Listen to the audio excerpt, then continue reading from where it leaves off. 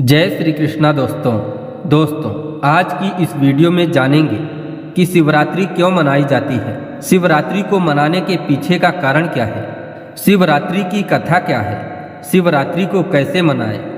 इन सभी प्रश्नों का उत्तर आज आपको इस वीडियो के माध्यम से देंगे। प्रिय श्रोता बंधुओं, आज की यह वीडियो बहुत ही महत्वपूर्ण है, अतः वीडियो को अंत तक अवश्य देखिए।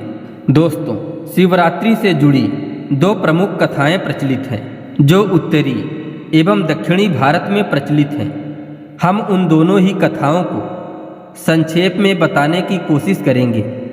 आप इस वीडियो को अंत तक अवश्य देखिएगा। पहली कथा शिव महापुराण एवं रामचरितमानस में भी मिलती है। इस कथा के अनुसार एक बार भगवान शिव और माता सती कहीं जा रहे थे, तभी उन्होंने दंडकारण्य वन में राम और लक्ष्मण को देखे जो देवी सीता की खोज कर रहे थे। भगवान शिव ने श्री राम को देखकर उन्हें प्रणाम किए तो माता सती को यह भ्रम होने लगा कि निराकार भगवान साकार कैसे हो सकते हैं, और यदि साकार हो भी जाते हैं तो कोई बात नहीं, लेकिन यह तो अपनी स्त्री को ढूंढ रहे हैं। ईश्वर तो सर्वज्ञ है, अंतर्यामी है। ईश्वर को मालूम होना चाहिए कि हमारी पत्नी कहाँ है। दोस्तों, जब माता सती को भगवान राम का स्वरूप देखकर भ्रम हो जाता है तो भगवान शिव माता सती को समझाने की कोशिश करते हैं, लेकिन सती जी जब यह नहीं मानती कि श्री राम भगवान है तो भगवान शिव कहते हैं, यदि आपको विश्वास नहीं होता तो आप स्वयं ही उनके पास जाकर उनकी परीक्षा ले लो।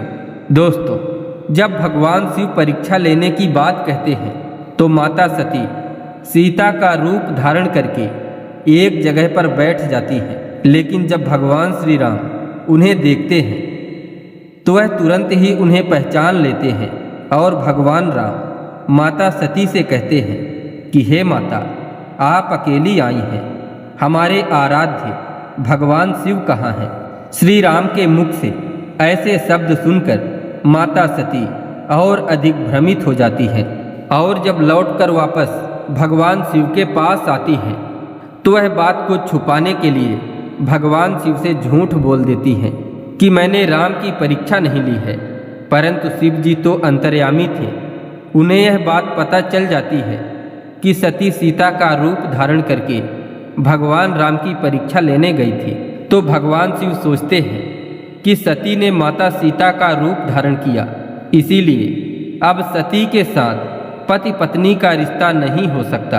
दोस्तों, इस घटना के बाद भगवान शिव माता सती का मन ही मन त्याग कर देते हैं। धीरे धीरे यह बात सती को भी मालूम हो जाती है कि भगवान भोलेनाथ ने हमें मन ही मन त्याग कर दिए हैं। एक समय की बात है, सती के पिता दक्ष यज्ञ का आयोजन करते हैं, परंतु भगवान शिव को नहीं बुलाते।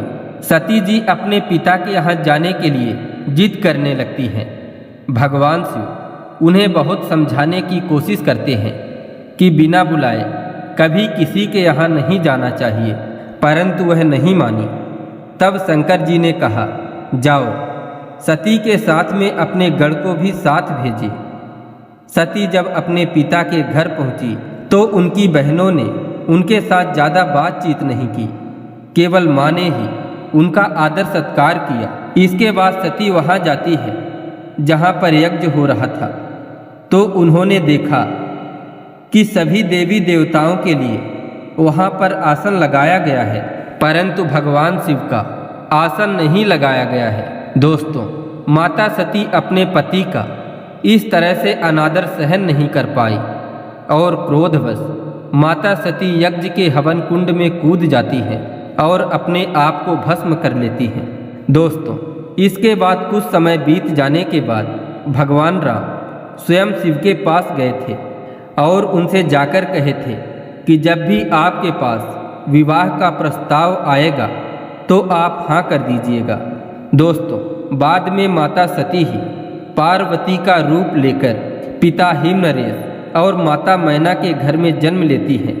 उसके बाद नवयोगेश्वरों ने माता पार्वती की परीक्षा ली तो पार्वती कहती है मैं या तो भगवान शिव से विवाह करूंगी, और यदि शिव से विवाह नहीं हुआ तो मैं अनंत काल तक कुंवारी रहूंगी, ब्रह्मचारिणी रहूंगी। इसके बाद माता पार्वती का विवाह भगवान शिव से तय हुआ। दोस्तों, जिस दिन भगवान शिव और माता पार्वती का विवाह हुआ उसी दिन को आज तक महाशिवरात्रि के रूप में मनाया जाता है।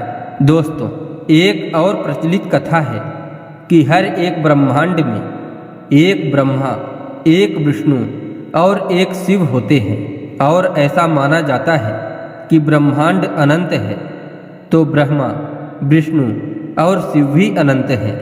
दोस्तों, एक और प्रचलित कथा है कि हर एक ब्रह्मांड में एक ब्रह्मा, एक विष्णु और एक शिव होते हैं, और ऐसा माना जाता है कि ब्रह्मांड अनंत है तो ब्रह्मा, विष्णु और शिव भी अनंत हैं। लेकिन उन सभी अनंत ब्रह्मांड में एक महाविष्णु और एक सदाशिव होते हैं। जो सदाशिव है वह सदैव रहते हैं, और जब महाप्रलय आता है, संपूर्ण सृष्टि का विनाश होता है, तो संपूर्ण सृष्टि सदाशिव में जाकर विलीन हो जाती है। सदाशिव हमेशा ही रहते हैं, वह किसी में लीन नहीं होते। प्रिय श्रोता बंधुओं, इसी से जुड़ा एक प्रसंग और आपको सुनाते हैं।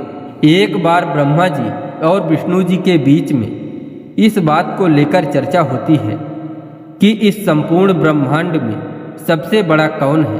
उस समय एक बहुत बड़ा स्तंभ प्रकट हो जाता है, तो ब्रह्मा जी बोले, मैं इस स्तंभ का आदि देखता हूँ, और विष्णु जी बोले, ठीक है, मैं इस स्तंभ का अंत देखता हूँ। अब ब्रह्मा जी और विष्णु दोनों ही उस स्तंभ को बहुत जानने का प्रयास करते हैं, परंतु ना तो उन्हें उस स्तंभ का आदि दिखाई देता है और ना ही अंत। दोस्तों, जो यह घटना हुई वह भी महाशिवरात्रि के ही दिन हुई थी, इसीलिए महाशिवरात्रि का बहुत बड़ा महत्व है। इस दिन बहुत से भक्त रात भर भजन कीर्तन करते हैं, तो वहीं कुछ भक्त उपवास भी रखते हैं। दोस्तों, उपवास का अर्थ क्या होता है जानने का प्रयास करते हैं।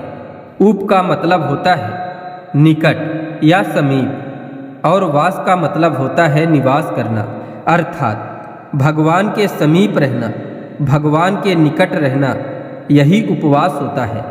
भगवान के निकट जाने के लिए भक्ति मार्ग को अपनाना पड़ता है।